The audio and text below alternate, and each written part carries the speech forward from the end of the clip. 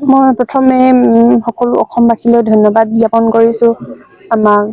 আমাৰ দুখৰ বেলিকা এষাৰ মাত দিয়াৰ বাবে আৰু অহা 9 ফেব্ৰুৱাৰীৰ দিনাখন আমাৰ ৰাজহুৱা আদ্যশ্ৰাদ্ধ আয়োজন কৰা হৈছে ৰাজহুৱা আদ্যশ্ৰাদ্ধলৈ সকলোকে নিমন্ত্ৰণ জনাইছোঁ আপোনালোকে আহি আমাক আপোনালোকৰ পদধূলাই আমাৰ ঘৰখন পবিত্ৰ কৰি তুলিব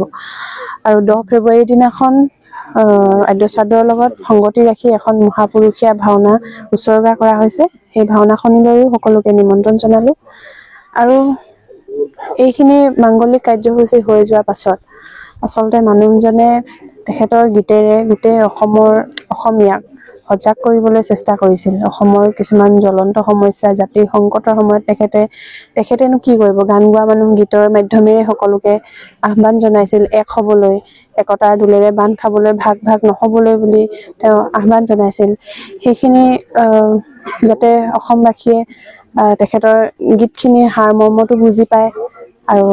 তেখেতে যি বিলাবলৈ চেষ্টা কৰিছিল যে তেখেতৰ আহ্বানটো যাতে তেওঁলোকে অকণমান গ্ৰহণ কৰে আৰু সকলোৱে যাতে এক হৈ থাকে অসমীয়া জাতিটো তাকেই কামনা কৰোঁ আৰু তেখেতৰ গীতবোৰ আচলতে অকল শুনি বা মুখস্থ কৰি থলেই নহ'ব তেখেতৰ সাৰমৰ্মখিনি বুজিব লাগিব চৰ্চা কৰিব লাগিব কিনো ক'ব বিচাৰিছিল সেইখিনি বুজি পোৱাটোৱে বিচাৰিছোঁ আচলতে তেখেতৰ গীতখিনি তেতিয়াহে সফল হ'ব যেতিয়া সেয়া মানুহে বুজি পাব বা এক হ'ব মানুহবিলাক সংকটৰ সময়ত যাতে ওলাই আহে সকলো অসমবাসী যাতে এক হৈ থাকে তেখেতৰ মনটোৱে সেইটো আছিলে মানে সকলো এক হৈ থাকিব লাগে আমাৰ পৰিজনৰ উৰ্ধত চাগে তেখেতে জাতিটোকে ভাল পাইছিলে নেকি মোৰ তেনেকুৱা কেতিয়াবা অনুভৱ হয় জয় অসম বুলি গীত গায়ে তেখেতে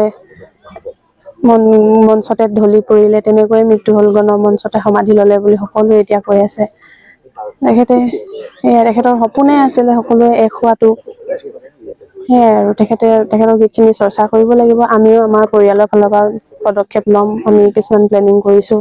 গীতখিনি জীয়াই ৰাখিবলৈ মানুহজনৰ গীতৰ মাজতেই জীয়াই ৰাখিব লাগিব সেয়াই